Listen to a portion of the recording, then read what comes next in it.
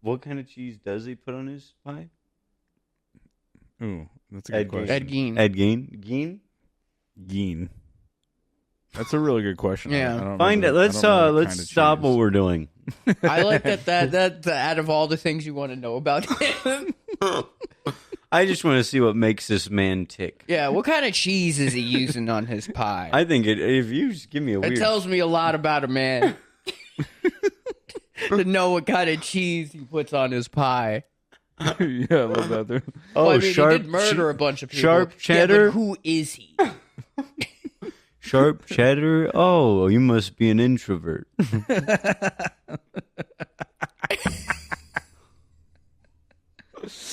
Like, yeah, Swiss, bit of a goofball, are you?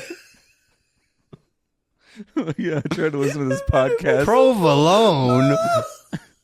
Man getting bit by an alligator screaming.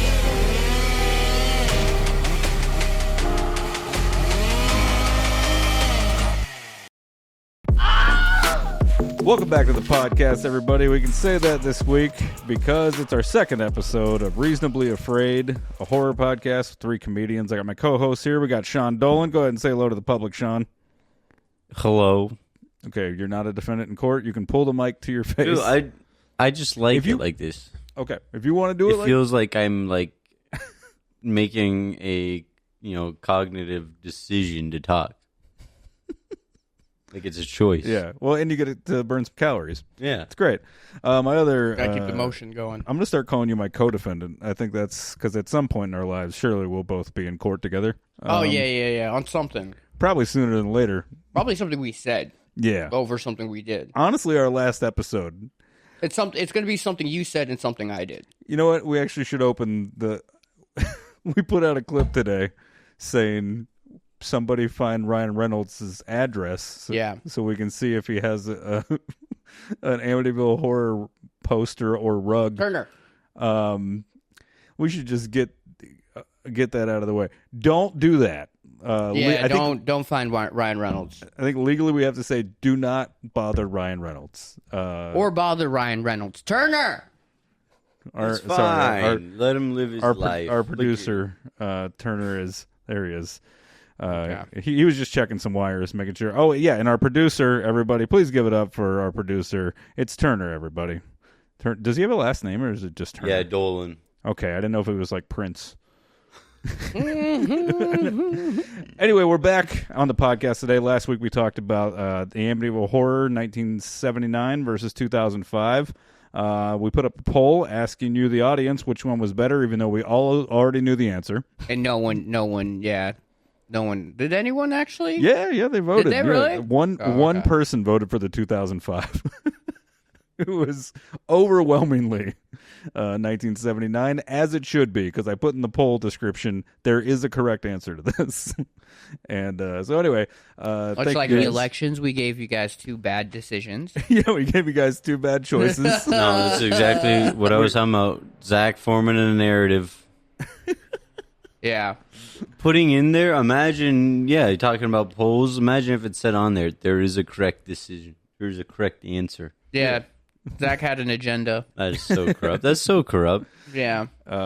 So this week, we're going to be talking about the film Psycho. Well, the film's Psycho, because it is the 64th anniversary of the release of Alfred Hitchcock's masterpiece, Psycho. So we Is watched that today? not as of it's actually June 16th, but this is coming out late because we are fuck ups. Yeah, and much like the remake of Psycho from 1998. Huh? Sorry. Go ahead. What's today's date? The 16th? 19th. 9. Yeah, but they don't June know Oh, 19th. shit. They don't know that. We're recording time this is on... an illusion. I didn't know. in It's podcast Juneteenth? world. Yeah, it's Juneteenth. Well, we recorded a Father's Day episode, and Father's Day was June 16th. Mm-hmm. And the Psycho anniversary is June 16th. So we could... And that's a Mother's Day movie, if anything, you know? Juneteenth? Not Juneteenth. Oh, yeah. It's Juneteenth today. Yeah. We should have done a different movie.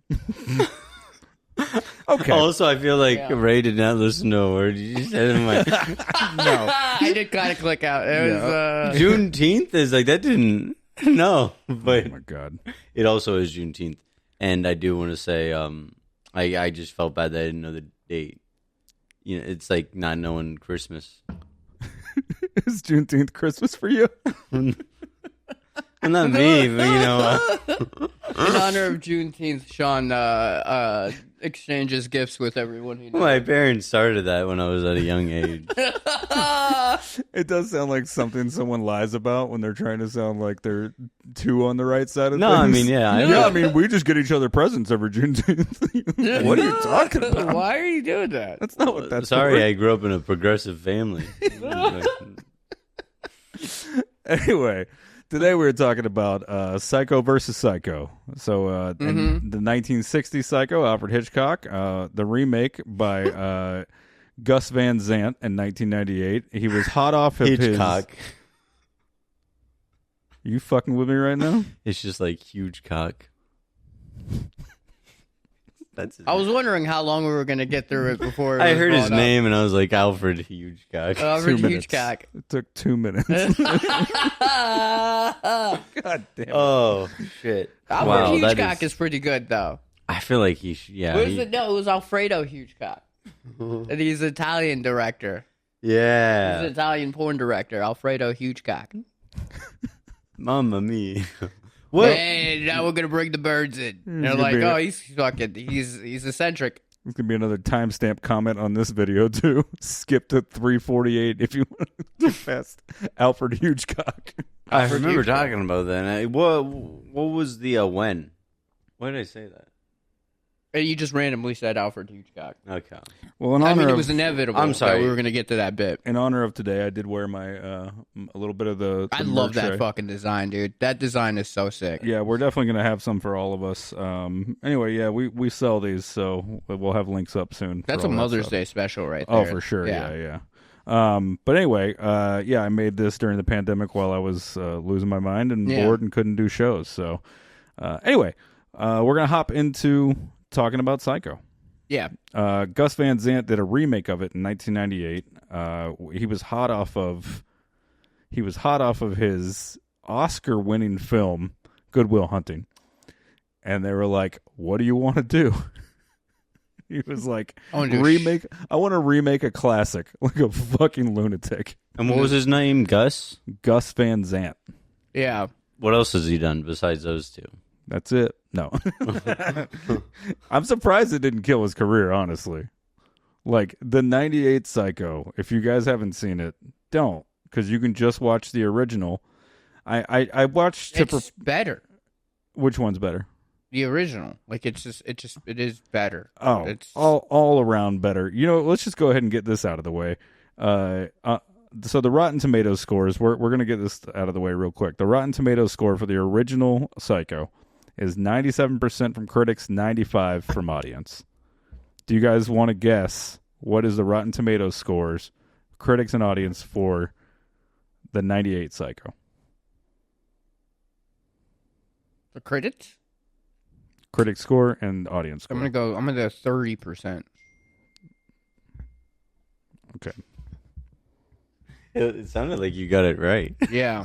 30%. I'm going to go 30%. Ding. Yeah, That is correct. That is That correct. is perfect. So 30% critic. Yeah, 30%. And what do critic. you think for audience? 25. Can I guess? 25. Okay. All right. Yep. Wanna You're guess? up now. Okay, I'll go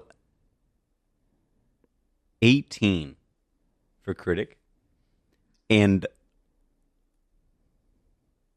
you know what? I think people had like a little meme campaign. We'll go 98 for audience. 98 for audience. Yeah, A I think meme campaign? like with Mobius. You thought in Oh. 1998. They were doing a meme campaign?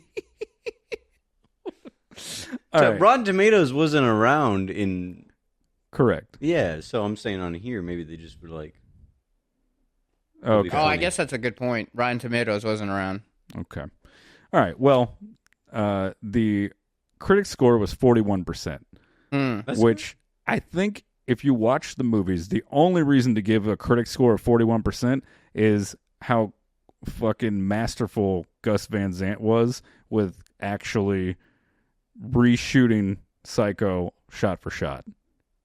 Almost completely. Like, I'd say like 95% of that film is shot for shot. Would you not agree? Yeah. Yeah. So the fact that somebody could figure out those angles with these actors, get things to where they're almost exactly the same as 1960, pretty impressive, right? Yeah. Is it 41% impressive? No. No, because you got Anne Heche. You got Anne Heche. You got fucking who's your boy that you're in love with? Vince Vaughn. Vince Vaughn. What a pick! What a pick! What a fucking great. Who pick. decided this? Vince Vaughn. Oh my god! As what's the guy's name again? Norman Bates. Norman Bates. Yeah. Vince Vaughn did that. Yeah. Oh yeah. So and he just made him look awkward. And like, well, I mean, Norman was a little awkward, right? There's a little Sure. tism to him, but he like ups the tism by a lot. Like a lot, to where it's just like I don't know. I now feel like this is ableist. It kind of felt like you were watching the guy from Swingers pretend to be Norman Bates. Yeah. Like the Vince Vaughn in Swingers or in Wedding Crashers is basically that same character most of the time as like that guy. He wasn't actually trying to kill people. He was actually just trying to get laid. He did it. He could have. Here's the thing. Yeah. He did a good job. It was just a good job for Vince Vaughn and like his personality, you know? Yeah. But man, so the audience score, I still feel like it's kind of generous, honestly. It's 28%. No. Okay. For the what did I say, 25? I was off by 3 points? Yeah, not bad. Sean was off by all 70, of the points. Yeah. Did you say 70? No, 70 points I was off. I said 98. You said 98%. He thought they Morbius'd them. You know what I mean? Like, Yeah. no, bring it Well, back because to Vince theaters. Vaughn. I mean, Vince that's Vaughn like, is I would great. give it. Vince Vaughn is great. That's true. He did a better job of being a psycho killer in Freaky than he did in Psycho. Yeah. Well, wait, what? In what? Huh? In the movie Freaky. Oh, okay. Is he freaky? It's good. Well, he plays a psycho and he plays a 13-year-old girl. Yeah. Which, arguably, more creepier for sure. Yeah, for 100%. 100%. Okay, so just so we understand also the success rate of these two films.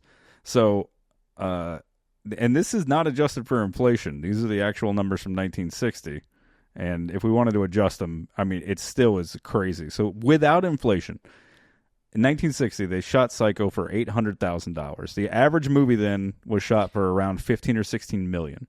Holy. In 1960. Not adjusted for inflation. That's how much money they would spend. Because that was still part of the Hollywood heyday, right? Psycho made 32 million box office globally. That's insane. Yeah, and that's in the 1960 box office, not counting all the times they redid everything and like put it back out, or not redid, but like re-released it in theaters, put it back out. Mm-hmm. The franchise itself, the entire Psycho franchise, including the Bates Motel show and the 2 sequels and all the re-releases and special editions, it's a $1.2 billion franchise off of basically this one movie. That's pretty good. Now, granted, that's counting the remake counts towards that, but this is how it went for the remake, right? $60 million budget. You guys want to guess how much box office did it make? They spent $60 million to make it. 61. Okay. You think they basically broke even? I think they did. I'm going to say 50. You say 50? I mean, I think they lost money. Yeah. Well, you're right, because it was $37 million. Whoa. That's not good. That's not good. That's a loss. That's a big loss. Which means Psycho in 1960 almost made as much, without adjusted inflation, almost made as much as it did in 1998. Yeah. 32 million versus 37 million. Holy. And you can probably, double that, right? Yeah, From a bad 1960? day to be Alfredo Hitchcock. Alfredo. The first film was made by Alfred Hitchcock. The second film was made by Alfredo Hugeculk. It'd be funny if Gus Van Sant just did it for money and he's like going by Alfredo Hugecock. Everyone on set called me Alfredo Hugecock. He's like, I just wanted to be able to work. That's like when people back in the day when they would do porn. Yeah. And they wanted to like pretend like it wasn't them. They would like wear wigs and change their name so they could still work in Hollywood because it used to be a bad thing. Previously. Alfredo Hugeculk, baby. All right. White sauce. Give me that white sauce. All right, so we're going to talk about how Psycho came to even exist because it's a really cool backstory. A lot of times with films, we don't get to talk about the history behind how something came to be. Is it real? So it's based on it's loosely based on the story of Ed Gein. Do you know about Ed Gein? No. Okay, Ed Gein or Ed Gein, however you want to say it. It's probably Gein, right? It's Gein. I've heard it more with Gein. Yeah. It's based loosely on the story of Ed Gein. This is also who they based Texas Chainsaw Massacre on. It's also who they loosely based Buffalo Bill from Silence of the Lambs. There's a lot of, countless movies. Countless movies have used the references to this guy because of this wild shit that happened. Basically, this is the story. I'll sum it up real quick. November 16th, 1957. A store clerk has been missing for a while, including another woman who lives in the town of Plainfield in Wisconsin, right? Mm-hmm. It's always the Midwest. It's the fucking Midwest, dude. They suspect Ed Gein, right? Mm-hmm. They go to his house and they find they started in the shed. They didn't even get to the house yet. They started in a shed and they found a decapitated woman hanging upside down. And they said it was basically dressed. Flag. She was red flag. There's a body hanging upside down. It's decapitated, and the cop is just like, something's off here. This guy rubs me the wrong way. I can't put my finger on it. Something's not right. His story doesn't add up. Something's not right here. Something's not clicking. I gotta use my head. This is looking awfully suspicious. Dude, it must have been wild to be like a small town cop and you walk in and there's a headless body upside down, just like cut open like it's a deer. Yeah. That's what they said it looked like. They said it looked like a hunter had like strung up a deer. Yeah, the cop came in and he was like, "Hey, I didn't do this." No. Yeah. If I was a cop, my alarm bells would be going off. Dude, literally right when I open, I'd be like, no, that's wrong. It's really impressive. That shouldn't be here, right? Because, usually. So you would think that he starts trying to question the body. He's like, "All right, miss, don't lose your head." Yeah, he's telling her to calm down. Giving me the silent treatment, huh? Hey, rookie, go make sure she's okay. She's an awfully quiet one, that one. So this was the first body they found. Yeah. They later tied another murder to him, but this was just the most recent incident, right? So they suspected him of many more murders. However, what he'd been doing in his free time, and he admitted to all this after, they said once they gave him a piece of apple pie with cheese on top because it's Wisconsin. Oh, okay. What do you mean? I guess that's a thing they do. It's a thing they do. They put cheese on apple pie. Slice of cheese, Actually, no. I went to House of Pies, and someone told me that one of the way I was like, "Why is cheese on the menu?" And they said, "Well, there's certain individuals with certain tastes." Okay. And I'm certainly appalled. As someone who likes cheese, that's awful. Yeah, it's weird. It doesn't belong. It's what a sick. It's got to be like a really sweet cheese. What kind of cheese? Brie? I don't know. Whatever that goat cheese is. Goat cheese is. Feta? No, no. Oh, no, not feta. No, there's that goat cheese. Megan always buys it. It's got like all that raisins around it. Oh, I don't know. Do you know? But that cheese would be good with pie, I feel like. All right, we got also cheesecake. Wait. No. Cheesecake is a pie. Hold on. What kind of cheese does he put on his pie? Ooh, that's a good question. Ed Gein. Ed Gein? Gein? Gein. That's a really good question. Yeah. I don't Find know it. the- Let's I don't know the kind of stop cheese. what we're doing. I like that out of all the things you want to know about him. I just want to see what makes this man tick. Yeah, what kind of cheese is he using on his pie? I think if you just give me a It weird... tells me a lot about a man. To know what kind of cheese he puts on his pie. Yeah, I love that. There. Well, I mean, sharp he did murder a bunch of people. sharp Yeah, cheddar? but who is he? Sharp cheddar? Oh, you must be an introvert.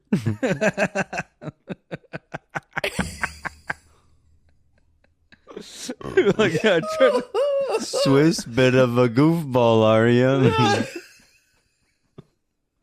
yeah, I tried to listen to this podcast. Provolone? You're resourceful, huh?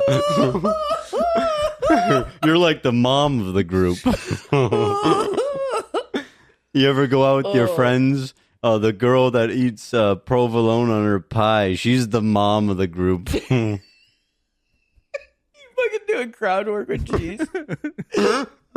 Excuse me, Wes. What's your favorite piece of cheese to put on a pie? That sounds like exactly what you would do as crowd work. Oh, there's a Wisconsin crowd work. Excuse me, I hate to interrupt. I know I don't know you guys, and I just was sitting across from you at the table, but I see you ordered breakfast. What if that was a piece of pie with the cheese on it? What kind of cheese would that be? Are you done with the cheese bit? You feel Yeah, I'm done. okay? Oh, that one had me. That one had me tearing. Damn it! All right, we got to keep going. Let's go. They're like, I tried to listen. So to this Ed podcast. Gein, like Tried cheese. to listen to this podcast about Psycho. They talked about cheese for 30 minutes. No, like we were saying. Kind of hungry now. Cheese. Go ahead. All right. So what he was doing in his downtime when he wasn't killing store clerks and stringing them up in his shed, Yeah. he was grave robbing.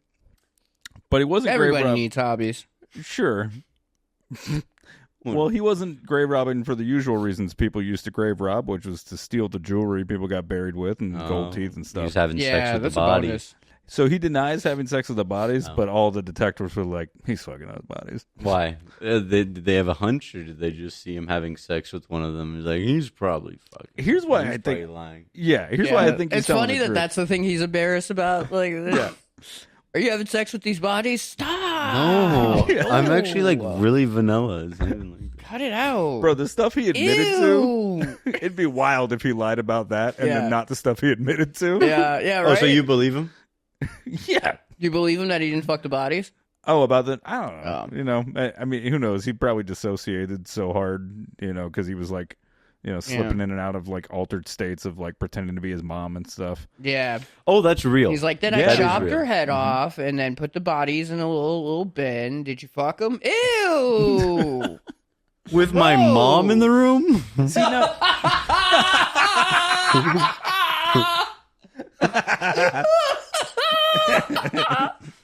Oh my god, she was right there. All right, Sigmund.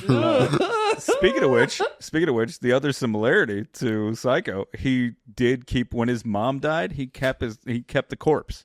Oh. So that okay. whole thing about like that's right out of the actual Ed Gein story. Wow. He kept the corpse in a room where it was like preserved and taken care of, and the whole rest of the house is a mess. Oh, let me tell you about the mess, because he grave robbed for parts, not for jewelry. So you guys want to hear some of the stuff that he'd been working on? Let's do it. Okay. Should we have warned people that this was going to be... Oh yeah, this is gruesome? trigger warning. This is gonna be fucking brutal. Yeah. Just skip the next like minute and a half if you. I think I've already come to the conclusion that we're not going to be able to monetize on YouTube like at all. Like I think we're just not going to be able to. And that's fine. That's okay. Subscribe to the Patreon. That'll be up soon. Yeah. Yeah, subscribe because to we're the not going to be Patreon. able to make money off of this in any other way, shape, or form. Subscribe to the Patreon, and you too can have some of these items I'm going to read off.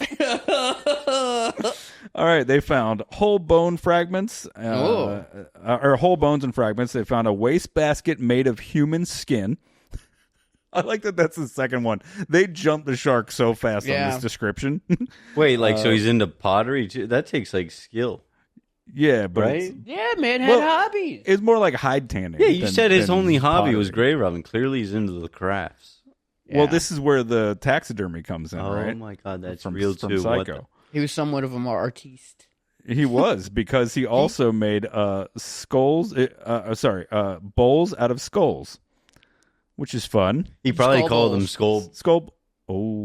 Skull bowls. Fuck yeah, dude. Skull balls, dude. Now this part's pretty fucking metal. He had skulls on his bedpost. Oh, So that's he cool. put human skulls on his bed. This is what happens when dudes get left alone too long in the middle of nowhere. A corset, dude. This one's nuts. A corset made of a female's torso skin, shoulder to waist. So the whole it was a vest. It was a lady vest, which I believe they show in Texas Chainsaw, or that might be in Silence of the Lambs, or both. Let's see what else. Leggings made of human skin, which I don't think those are leggings. Those are just pants now, right? Yeah. Well, they don't have the crotch part, so Yeah, it'll just yeah, be no, like, it's okay, like- yeah. So skin leggings, which defeats the purpose of leggings. The whole point is to cover your skin. You just put more skin on your skin. Well, isn't it the same thing with the vest? I think there was titties on that. I though. bhere there are leggings called skins. Nice skims is what you're thinking of. Yeah, there it is. See, I have a girlfriend. Here comes the Leatherface part. Masks made of human female heads.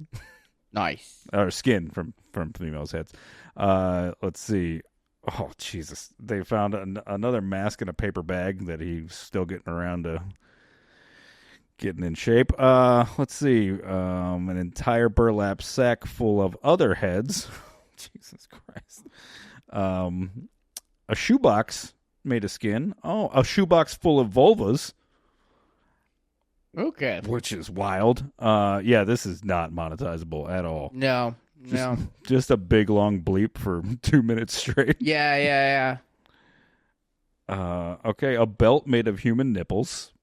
I heard about the nipple belt. Hell? Yeah, yep. Which kind of I would probably Wait, just what do looks you like mean? ostrich skin. What do you honestly. Nipple mean? belt. Nipple belt? No, but like, what do you mean? I think we broke Sean. What? He So sewed a bunch of nipples only together and nipples, made a belt. like for the whole. well, I thing. assume there's skin left around it. So Now, So how there's- many nipples do you think it takes to make a nipple belt? Well, no. depends on the nipple. Depends on the waist size. Depends on the waist size. Great point. No. Is nipple the thing like you plug into the hole to like tie it? What? There's like one nipple, and you like bring that, like you put the nipple and then you click it, so it's like. It might have been one of like just a tie around. I mean, I don't know. They don't specify. It just says nipple belt. No, That's there something had to be, I like, would a metal automatically be like, you got to expand on that. What do you mean? Yeah. What the hell is a nipple belt? I'll do some Like, further imagine the research. cop comes in, he's like, yeah, that guy was messed up in the head, man. He had a nipple belt. Nipple belt? Uh, But I know, he's like, "Stop, what do He you had mean by that that? What do you too, mean by that? but- All right, last couple of things. No, but I need answers. Okay, fine. Yeah, we'll get there. Last couple of things. 4 noses, a pair of lips on a window shade drawstring. So it was like your window. It was like you would grab a pair of lips to open the window. Mm-hmm. A lampshade made of human skin from faces, and fingernails. Which that one, not too. Oh, and the grand finale, a human nipple doorbell. That one feels kind of actually on the nose a little bit. That makes on sense. the It kind of nip, pisses me off that he's overusing the nipples. Yeah, Why not a belly button on a doorbell? because that's the innie. Well, I guess I could. Those are Audi belly rare. button on a doorbell. I feel like that's rare. Audis. Yeah. Yeah, that's a good point. Mm-hmm. Wow. That's crazy, man. I just can't get over the nipple belt. I know we have to move on, but I just don't get how that even works. So those are the crimes of Ed Gein, and you can see the things that are in the story that became part of Psycho. The other part is the relationship with his mother being overbearing. That was the actual nature of Ed Gein and his mother, was that she was like she was a very dominant. Did not allow him to be his own person. They had the relationship in Psycho is probably a toned down version of what Ed Gein actually experienced. I mean, to some degrees, like everything was kind of like if you're taking from Ed Gein, and everything kind of has to get toned down because it's just like such a fucking like what, Jesus Christ, you know? Like I don't think like a lot of movies took from that, but it's just like there's only so much you can take before the audience is just like, this is a lot, you know? Yeah, and so the fact that this is a testament to that. When this crime first happened, the only thing they put in the paper was that there was 2 women that had been murdered and their body parts were found in his home, and that once he started to admit to stuff, they said he grave robbed and he had this weird relationship with his mom and kept her corpse. Mm-hmm. They left out the list. They left all that out. I mean, that'd be pretty crazy if you're just reading the morning paper. It's like, and he has a belt made of what? It's just some guy just trying to get his wife's getting kids ready for school, and he's reading the paper. He's like, what the fuck? In 1957, that would have people would have exploded. I think, you know? He gets obsessed about the nipple belt and just destroys his marriage. I gotta know, honey. How many nipples? You know, it's just a Seinfeld bit. How many nipples does it take to make a nipple belt? That's how you get red pilled back then. You read a newspaper article that goes too far. Honey, I think I know what I want for Father's Day. A new belt. So the film new belt. The film Psycho is actually based on a book called Psycho, and the guy who wrote that book, his name's Robert Bloch. He's from the same area. He's from right around Plainfield, Wisconsin. And he became obsessed with this story. He was the guy, you know, he was like, there's definitely more going on here. I don't know what it is because they're not releasing this information to the public right now. But he's like, he had to extrapolate a little bit and create this story out of it, right? Because he was fascinated with this story. So he wrote the story for the book Psycho. And he said years later, when they actually released the real information about what Ed Gein had done, and he knew he had based this character on it, and he had to put himself in the place of Norman Bates, right? Mm-hmm. He said that it shocked him so much putting himself in the place of that serial killer, and that he had basically thought of a lot of this crazy stuff and didn't put it in the book because he knew he couldn't sell it if it was that gruesome. Mm-hmm. But because he thought of it on his own and it connected to it, it shocked him so much that he said he couldn't shave. He couldn't look in the mirror and shave for like 3 years. Like he couldn't look at himself. He was so shocked that he could even make up something that somebody else that did that stuff for real made up. Oh, wait, so was he like he was close? So you're saying he got the details right when he didn't know it? Yeah. Like what did he get right? Who lacks the confidence. Stop being a pussy and just murder someone already. I just like the idea that... Wait, no. How close was he? How close was he, though? Like, what did he get right? Oh, what did he get right? Yeah, what did he get right, yeah. I mean, more so the stuff that he... You know, Ed Gein... Everything that Ed Gein had said to the police was stuff that they had built Psycho on, you know, loosely. But... like the belt. The nipple belt. Was he like, man, this fucking guy probably has a nipple belt? And then he's like, oh shit. He does have a nipple belt. He has a nipple belt. He actually does. He looks down at he's like, I look down at my own nipple belt every day, and I was like, oh no, we're the same. Yeah. No, like, you know what I would make? A fucking like I'd turn lips into that little thing that they put on curtains. Because it'd be like easy to grip. Yeah, it'd be easy to grip. You know, you'd be like, shut up. You know, every time you pull it. And then he read it, and it was just like, holy shit, it's in there. Yeah, holy shit. That's what I'd do if I was psychotic. I like to think that he just used it as an excuse for having a fucked up beard for like 3 years. Yeah. Everybody's like, hey, why is your facial hair all fucked up? And he's like, so shocked. Yeah. It's crazy that he had that reaction, though, of like, he thought of things that Ed Gein might have done, and then it turned out he did do them. But I feel like as a comic, it's like finding out that like you wrote a joke that someone else already wrote. And it's just like, fuck! He did the nipple belt thing too? No, it's actually... God damn it, dude. It'd be more like you go, and you write a joke, you do the joke, and then you see someone you don't think is funny at all do the same joke, and you're like, oh, you're like, fuck, that's what I am? That's what I am? It's like you. It's like you writing a joke that's the same as like E and Iro Russo. Yeah, exactly. You're like, in the fucking mirror afterwards. That's not good. I that's never not good. considered. Yeah, Robert Block was like, "Oh, no subtlety. You're just gonna, just gonna hit him with the shock humor."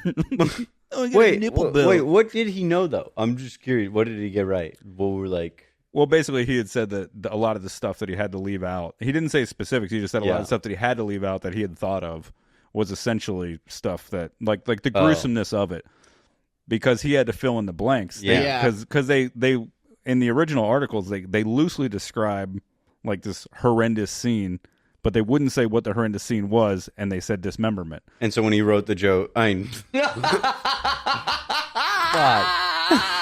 Comedy. It was, dude, that was quite the joke. This is what a bit he was doing for years. Wait, but when he did, He's so Gray Robin, and he's when like, he wrote "This is gonna be so funny." When he wrote the book, that was like he would say like, oh, he had a bag full of heads and stuff like that. So the stuff he left out of writing the book is the stuff that freaked him out more so than what wound up in there. Because what he wrote, the book's pretty close. Like the only thing they really changed a lot was certain specific character things, like Norman Bates. They made him a little younger so they could cast Anthony Perkins. Yeah. And so there could be this dynamic of like these two younger people. But in the book, he's a middle-aged guy who's like, been alone too long and all this stuff. Like, there isn't like a little bit of charisma to him. Like it's a very different ominous feeling as opposed to like, because in the movie part of the thing is you're so shocked that she gets killed. When you're reading the book, you're like, oh, this is leading to something horrific. But you think it when you're watching, like the original audience is watching Psycho would have never thought they were going to kill off Janet Leigh.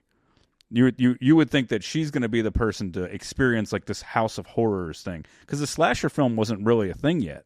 Mm-hmm. I mean, Halloween is credited with being the slasher film that like the progenitor, right? But like the actual like grandfather of it is Psycho. Like Psycho is the first time anybody got stabbed to death in a shower. And this is still while the Hays Code is going on, which the Hays Code, if you don't know, was a thing where from like, I think it was 1932 till 68, they had very strict laws on, well, not laws, I guess, strict rules about filmmaking, where they didn't have the MPAA at the time, where they actually would give them like PG, PG-13, R. They didn't need those ratings because there was just a film board, and they would say, this isn't allowed to be distributed, and they just wouldn't let you do it. So it's actually really clever what Hitchcock did too. He put crazy shit in the film so they would not like that, and then leave in the other stuff. So like, it's really smart. It's like, there's like that psychological trick of like, hey, your whole family's dead. You're like, what? I'm just kidding. But this other bad thing happened. That's a bad analogy. But yeah, they purposely would put in like something that was a little bit too gruesome, knowing they were going to cut it. Zach actually does that to me on a daily basis. Until your family's dead. It just has the wrong effect. You go, all right. I'm so relaxed now. That's what Ed Gein did in court. He was like, I did strangle someone with my nipple belt. No, I'm kidding. No, but I do actually own a nipple belt. I didn't kill anybody with a nipple belt, but I do have a nipple belt. I was able to form a belt made of nipples. Yeah, it'd be pretty tough to like say you're innocent. Yeah. And you just got a house full of body part accessories. I had no idea. That might have been why they were like, as soon as we gave him a piece of apple pie with cheese on it, he admitted to everything. And you're like, yeah, also you found a house full of bodies. Like, I don't know, when you find someone's nipple belt, it's going to be a tough, not guilty verdict, Yeah, those are the previous tenants. I just haven't moved all this stuff out. Last thing about Robert Block that's kind of sad. Robert Block submitted or was going to submit a script to be able to write the script for Psycho, because they felt like, Hitchcock was like, I'd love for the author of the book to like do a submission to, see if we'll do his script. Yeah. And the producers told Hitchcock that he wasn't interested. And then they told him that Hitchcock said no. So the guy never got a chance to even submit his own script. Oh, that's bullshit. It's so fucked up. It's like, come on, man. Let that guy. Oh, you don't want to give the guy who. And also, they started to buy up copies of his book so that people wouldn't, once they bought the rights to be able to make the film, they started to buy up copies of the book so there wouldn't be as many in the market to give away the ending. Like the twist of the mom. That kind of makes sense now. Yeah. I mean, he still made money, but it was like less people read it. They had like a storage thing of. That's kind of probably the best way to go about it if you're not trying to give away the ending. It is, but seems a little long-winded. Long-winded. Yeah. Well, also Hitchcock did an interesting thing to not give away the ending. He wouldn't let anybody, when they put out the movie, he wouldn't let anybody. He told all the theaters, do not let anyone in after the film starts. He's like, once the actual movie starts, no one's allowed inside. So they had to like bounce movie theaters. Wait, how does that prevent the ending getting out? Because he didn't want anybody in there that didn't start it start to finish. But it was also a marketing ploy. That everybody who watched it in the theater was shot and killed after the movie was finished. Well, that's what I thought. I thought that's where he was going. He's like, well, an interesting way Alfred Hitchcock. Interesting thing Alfred Hitchcock did to keep from spoiling the movie is you shot and killed everyone who watched it after the movie had ended. They're like, oh my god, he was. It's the astronaut meme. Yeah. He was the mom the whole time. He's always been the mom.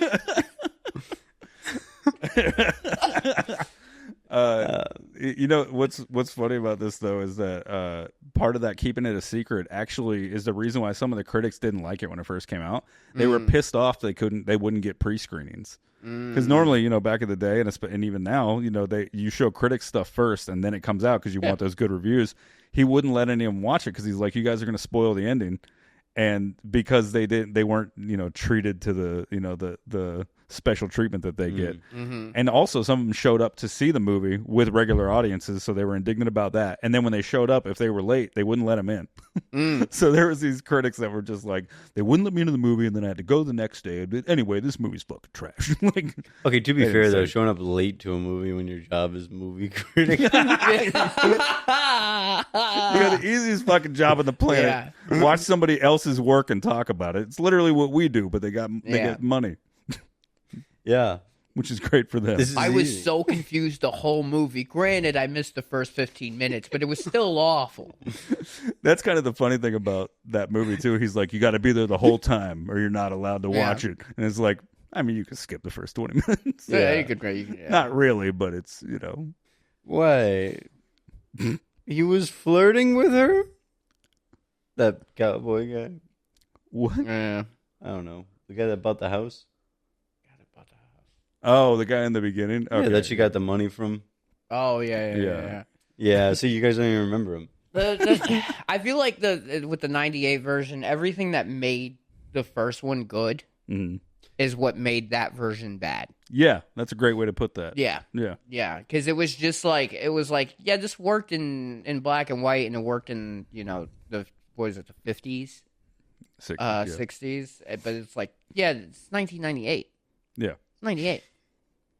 Well, the crazy part is 1998. 1998. That's fucking. We kept saying that the whole movie. 1998. Oh yeah, all our inside jokes that we do on the show, you'll now have access to on our Patreon when we put that out, because we're going to start recording ourselves watching the movies. Because as it turns out, that's fun too. Yeah, whereas actually the majority of the humor was us watching it. Yeah, you guys are really missing out. Yeah, our Patreon is our address. Wow. Come here every Wednesday at 11 o'clock at night and watch fucking movies with us. We have barely compared them. Also, how much time do we have? Should we be... I think about 15 minutes. Okay. So something that's pretty cool about how Alfred Hitchcock kind of accidentally did the fucking cool, like, indie horror filmmaker thing. Yeah. Because at the time that he made the 1960 Psycho, the average film was around $15 million it cost to make, right? Yeah. And so at the time, he had basically any studio would give him carte blanche. He had made 43 films. He had made 3 television shows. The dude was rich beyond belief for the time. He was in the Alfred Hugeculk phase. He earned that. Yeah. That's the name. That's the name that they were giving him around the studios. There goes good old Alfredo Hugeculk over there. Yeah, Alfred Hugeculk. That boy, he could direct. He just says it on. You got Alfredo Hugeculk on the back of his director's chair. Well, if it ain't Hugeculk himself, completely demonetized. There he goes swinging that thing round. So the average film was made for $15 million. He had like multiple. God damn it! He had a huge cock and a vision, and just a couple bucks in his pocket. He had a huge cock and a vision. Anyway, he was at the end of his contract with Paramount. Because back in the day, you'd be on contract with studios to make a certain amount of films or whatever, a certain length of time. Yeah. So he was at the end of his contract with Paramount, but he was still technically under contract with them. And they were just giving him whatever. They were like, if you can come in under $15 million and make a good movie, we'll let you do whatever you want. Yeah. Anytime he went over, they'd be a little more hands-on. But if you can be in that sweet spot of just under the average cost of filmmaking, you can do whatever you want. We won't even bother you. They used to just let him make a movie. Like, it wouldn't even matter. Yeah. And his pay then was $250K. Then, not adjusted, at $250K a movie. So Psycho cost $800K to make. Oh my God. And the other thing is the studios were so freaked out about the material because nobody had ever made anything like this. It was extremely violent for the time. It's laughable today. But at the time, nobody was getting stabbed in the shower. At the time, the toilet they show in that movie is the first film that ever showed a toilet. It was seen as like risque to like show a bathroom. Like, it's crazy. Yeah. So it was the first shower stab scene, all that stuff. So the studio was like, Paramount was like, hey, this is a bad idea. We don't want you to do this. And he's like, I've done everything I could possibly do. I want to do this movie. And they're like, well, you're gonna have to figure out how you want to make it because we're not gonna put up a bunch of money for you to do whatever you want in this case. This is crazy. And also, we're almost done with you, right? He was starting to work out a deal with Universal, but he hadn't completed that yet. But they were like, hey, whatever you want to do, you can make it here because it'll say filmed at Universal Studios and you're Hitchcock. We're willing to do that, right? Yeah. So what he did was he waived his director's fee and he hired his own television crew that he made his TV show with because they can shoot faster. Because they were like, you get 36 days on the Universal lot. They shot that movie for less than, almost anything out at the time that wasn't like a B science fiction horror movie type thing. They shot that thing in 36 days for under $1 million. That's crazy. And he did it all because he was just like, I'm the master. I can do it. And he fucking did it. Yeah. With no issue. Go. Hired his TV crew because it's cheaper and he could go faster. And they just fucking shot. Next day, shot. And it's he also, so cool that they upkept like that set too. Yeah. Like you just you walk it during Halloween Horror Nights. You can still go to the. Can you tell them a little bit about that? It's if you go to Universal Studios at the backlot tour, you can actually like they're not I don't know if they're like sometimes they let people walk around, but like the tram tour will take you there, and then during Halloween they have like the Halloween Horror Nights tram terror tram. And then you walk around the Psycho set, and they set up like a scare zone in the Psycho set. So you're walking like the Psycho set while there's like whatever themed scare actors are going on. Sometimes they have like the Purge, which is cool. It's like just like a modern day horror event. It's a crossover episode. Yeah. Real life crossover. And then you walk to the top of the hill, and then you can take pictures with Norman Bates in front of the house. Wow. Okay. It's pretty tight. Who's Norman Bates? I know who he is. Well, who is he when you're taking pictures with him? What kind of cheese does Norman Bates put on his pie? Is what we're getting at. I just meant who was the was it just a random scare? Like, is it a guy in a costume? Does he look like him, or is he in a costume? He usually looks like him. Okay. Mm-hmm. I don't know why that was so important to me. I just wanted to be like, who's the guy? Yeah, well, even on the regular tour, if you go at the right time on the tram tour, they have them like actually walk out like a guy. Yeah, and chase the tram. Yeah. Wait, what? Mm-hmm. Yeah, there's but it has to be like certain time, right? Yeah. And he doesn't ever get that close to the tram just because people have died like that. I like that they just let him murder an actor. Yeah. People have died like that. Not him. Not him, but people have died kills like people. That. Yeah. Well, because so fun fact about Halloween Horror Nights. When they first started doing Halloween Horror Nights, it was called Halloween Horror Nights, and it was part of the tram tour, and they would have as scare actors jump at the tram until one scare actor jumped at the tram and got ran over by it, and then they dragged him for several miles afterwards, and then they stopped doing Halloween Horror Nights for like 4 years until Florida was like, we're going to do Halloween Horror Nights because it's Florida. You say drag them like it was intentional. Well, they didn't know. They didn't know he was still attached just to making the sure. Yeah, no. He's like, that's what you get for fucking. He was trying to scare us, you piece of shit. Keep going. He hasn't learned his lesson.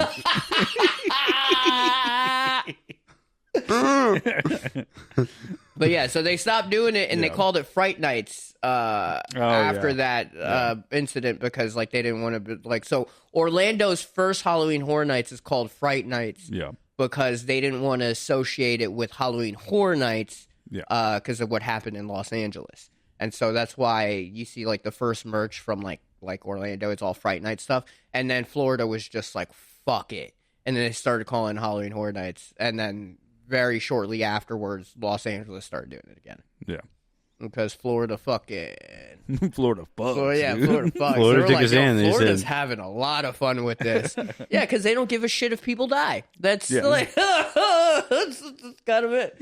And like, honestly, every year, it's like kind of the norm. You talk to scare actors every year, someone gets punched in the face. Yeah. You play scary games, you win scary prizes. Okay, so we do got to talk about the fact that the answer is pretty simple for how to remake Psycho. Well, the first answer is don't.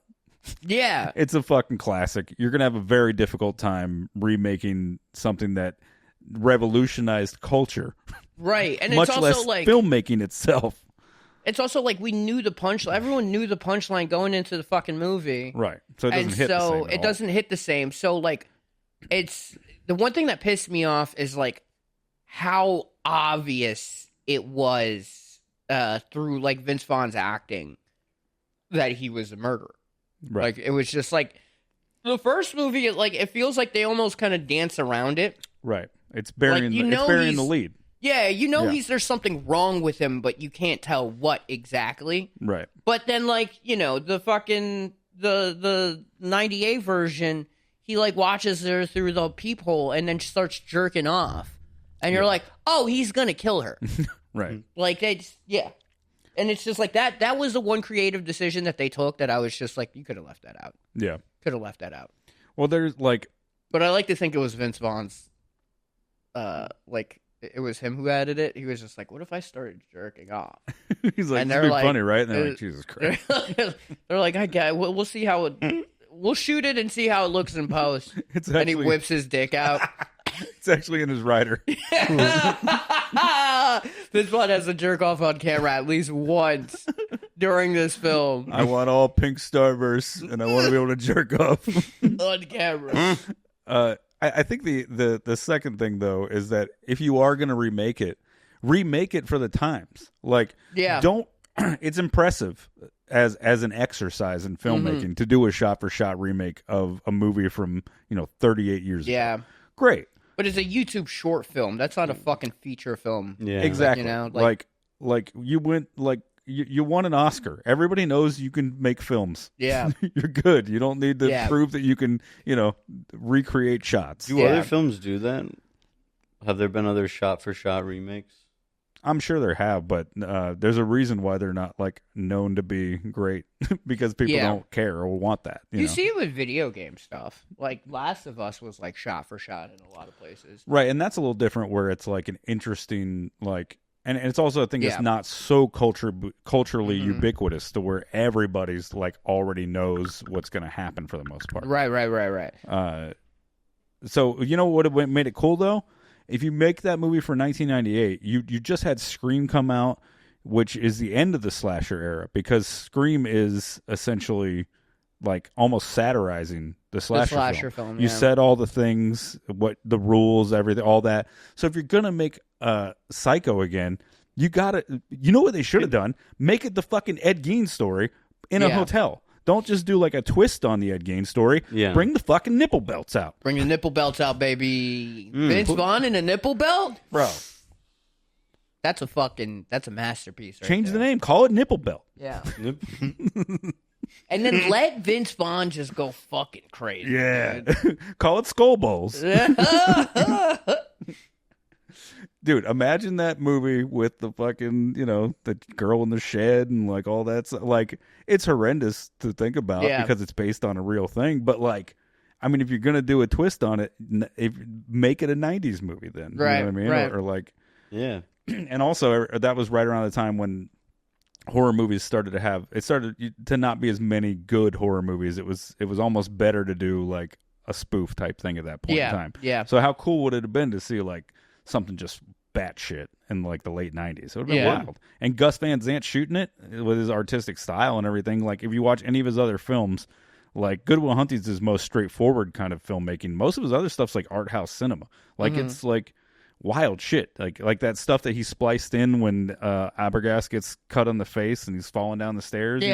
Like that was weird. The rest of his movies, it makes sense when he does it because you're like, is art house like interesting, cool stuff, But yeah, it just would have been a better way to do the film. What was it, like a bunny rabbit? No, it was a goat in a it's definitely a hot girl. Yeah, was that a hot girl?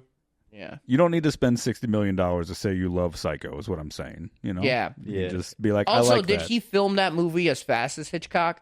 No. That's the thing. None of all of the conditions that made Psycho were because of the things that were not being handed to him. And they came to Gus Van Sant and said, "Hey, you just won an Oscar. What do you want to make?" And he was like, "Psycho." And they're like, "What do you want to make?" And he was like, "Psycho." Motherfucker, dude. It's only gone off like a few times. It was fine. But they were like, you just won an Oscar. What do you want to make? And he's like, "I want to remake Psycho." And they just gave him the money. Like everybody said it was a bad idea, but they were also like, "Well, he's a fucking genius, whatever." And they just gave it to him. Like, I watched the behind the scenes stuff. They have it on YouTube where you can watch like the behind the scenes of the '98 thing, and they actually open with people being like, "This is a bad idea." Imagine buying the DVD with special features, and you're like, "Crap." Well, because I have not bought this. At the time they're thinking to themselves, "Oh, because when you make something and you make it well, you go like, oh, we did a really good job on this," and you just kind of.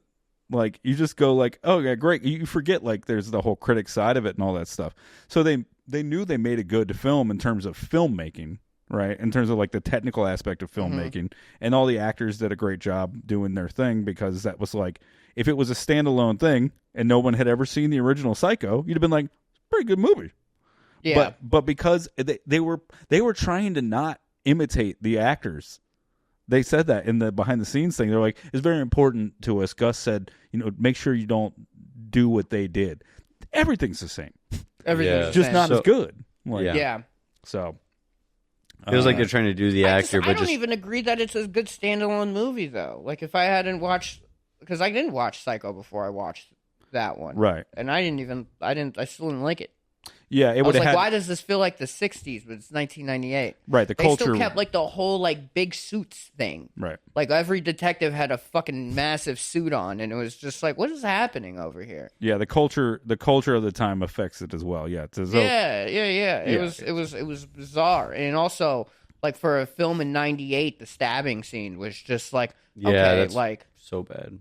It was just like, I've seen better murder scenes in 98. Well, but that's the thing, right? You're recreating a murder scene from 1960 when they weren't allowed to show a knife going someone or they wouldn't put the movie out. Yeah. Like, come on, man. What kind of Disney Channel bullshit is this? I'd want to see. Yeah, we should make a horror movie version of Brink. Dude. Just stab that kid to death on his rollerblades. Also, now it kind of pisses me off knowing that he didn't fucking shoot it as fast as Hitchcock. It's like, why even do it? It'd be cool if he did it a little bit faster.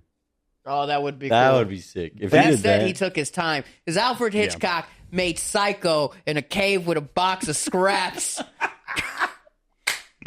There it is. Pampered piece of shit. Finally got there, baby. Yeah, you know what? No, this is a great point, though. This is for real. Mm-hmm. If you're going to do a shot-for-shot remake, you should try to give yourself the same conditions also. Oh, yeah. Better. Do it better. That'd be sick. I'd gain 50 pounds. Piss him off. Fucking have the same build as Hitchcock. Yeah. Get whatever expansion surgery. Yeah, because you got to match that huge cock. And then splurge your white sauce. Mm-hmm. Alfredo fettuccine. Fettuccine Alfredo. If you haven't heard of it, it's just pasta with white sauce and what the fuck? That's what I was doing there. Okay, all right. we gotta end the episode now. We gotta wrap it up. Fucking yeah, wrap up your huge cock. Let's wrap this huge cock up. Yeah, you don't want to spill your white sauce that you're gonna use for. Because let me explain real quick. The fettuccine Alfredo. We're done with this. Okay. Whatever this is, stop this. I hate this. Fucking. Oh man. Okay. We talked about this last night. I want to know if you guys settled on any actors who would have been better for this. My money would be on Jim Carrey. Would have been great. Yeah, if we're picking comedians, Jim Carrey. Huh? If we're picking comedians, Jim Carrey. Not even out of comedians. Kevin Hart. Not. Oh yeah, just get everybody real mad. Are you just gonna make him black now? Everybody knows he's white. You make that murderer white. Just some guy like fighting to keep the killer white for no fucking reason. It should have been Tobey Maguire. That's how I would have picked, actually. Serial killers are white, god damn it. I would love to see that argument play on. So oh funny. God. Make it fucking have Norman Bates be played by Bobby Lee. Yeah. Hell yeah, dude. Beautiful. Well, he's got that whole thing where Santino goes, Bobby Mom, and he like imitates us. Santino would. You think he'd do good? Yeah, I think so. Do you guys have anybody that you thought of that would have been good for those roles? In '98? Yeah, I couldn't think of somebody besides Anne Heche, but anybody besides. I said Tom Cruise, and Megan was like, "That's too real." And I was like, "Yeah, I feel like Tom Cruise would just he was a little bit too big of like a superstar. You need somebody like Anthony Perkins when they got him and when they got Janet Leigh. They were like mid-level stars who were starting to pop. Oh, so, like, okay. Who was the biggest star in that movie? Which one? Vince Vaughn. No. In the first one. In the first one, probably Anthony Perkins because he was popping at the time. He was starting to pop when the movie came out because he had already been working on a few other projects. Oh. Like it was like a big deal that they got him. They were like, yeah. Janet Leigh's was a little bit easier to get. Also, super cool little trivia thing. Janet Leigh, mom of Jamie Lee Curtis, who is in the next biggest slasher movie that changed culture in Halloween. So like, it's so cool to think that like this woman and then her daughter are like the essential like creation of like what we love of horror. That's wild to think about. Wow. Put in there by Big Scare. Nepotism. That's the thing, yeah. Big Scare put Kevin Hart as the lead in the remake of Psycho. Money talks. Okay, who could you take in a fight in the 98 one?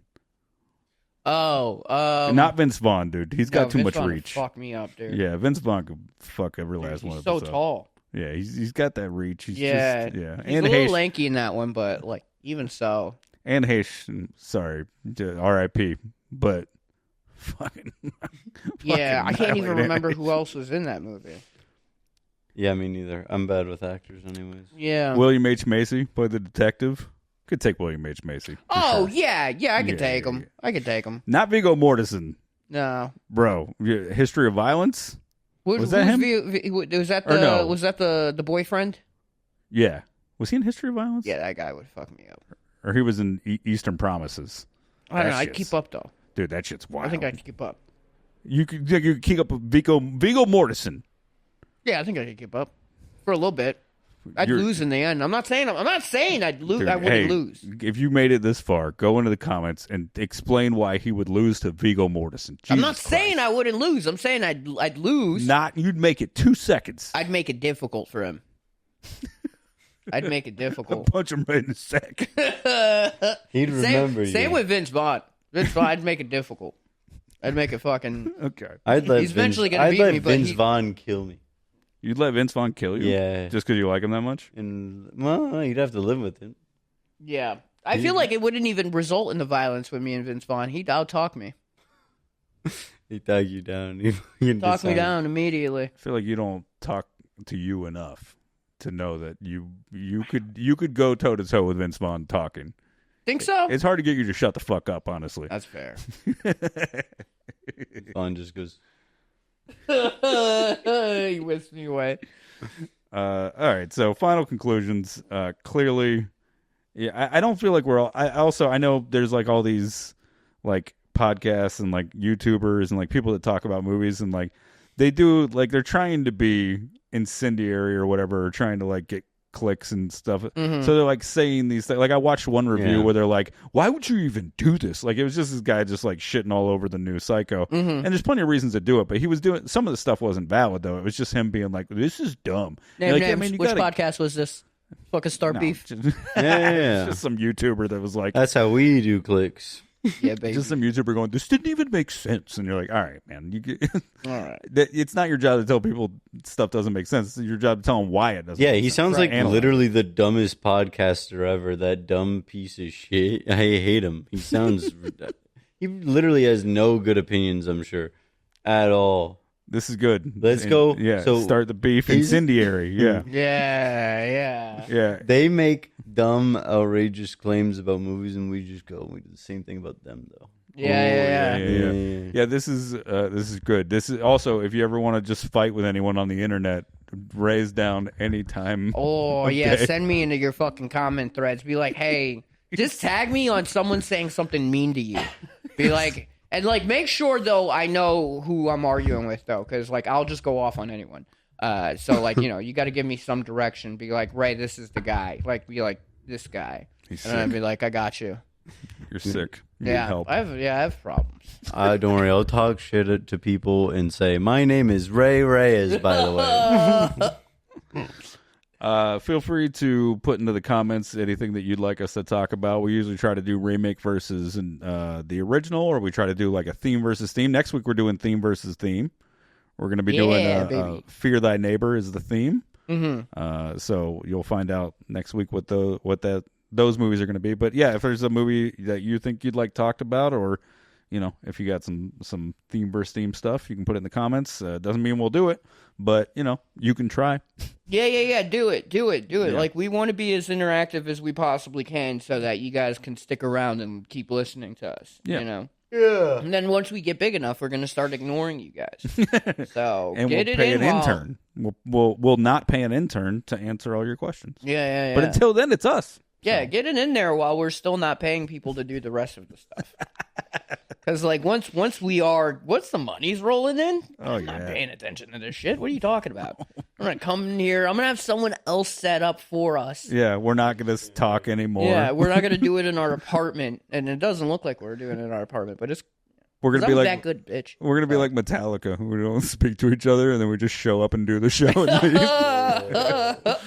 Into night. And then we all go home. Yeah, I'm going to have a coke problem. It's going to be great. Gonna have. Yeah. Dude, no, I don't know why I romanticize like cocaine problems, but it's the most fancy of the drug addictions. Is it? You know? Because coke is expensive. Coke is expensive. You gotta have a little bit of money to do coke. To get addicted to it? Yeah, let's end it on this. Yeah. What a way to end an episode. Yeah, when you edit this later, could you cut this whole coke conversation out? What Why? the fuck? It's my favorite Why part. is it here? It's my favorite part. And before we go, I do want to say one thing about Coke. We like already said our goodbye, and like another thing about cocaine, you know, it eats at the bridge of your nose. okay, What a wild choice on your part to advocate for cocaine. in the final 30 seconds. I advocate for all drugs. Okay. Anyways, Dude, you know it's bad when Sean's reeling the episode in. He's like, okay, we should be done now. All right. Hopefully by the time this comes out, we'll have a Patreon set up. So you know, check you know what out. Psycho needed though? Oh my god! If you More say cocaine. Well, I will say though, a Psycho is a drug in Fallout. Oh yeah. Oh yeah. So that's kind of funny that we're talking Stop about playing with your Yeah. mic. It makes noises. And every time you did it, you child. became your mother.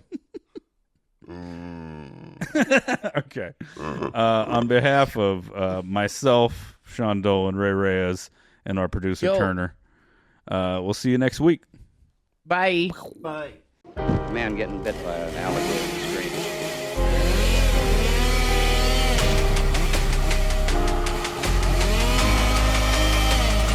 Swallow this.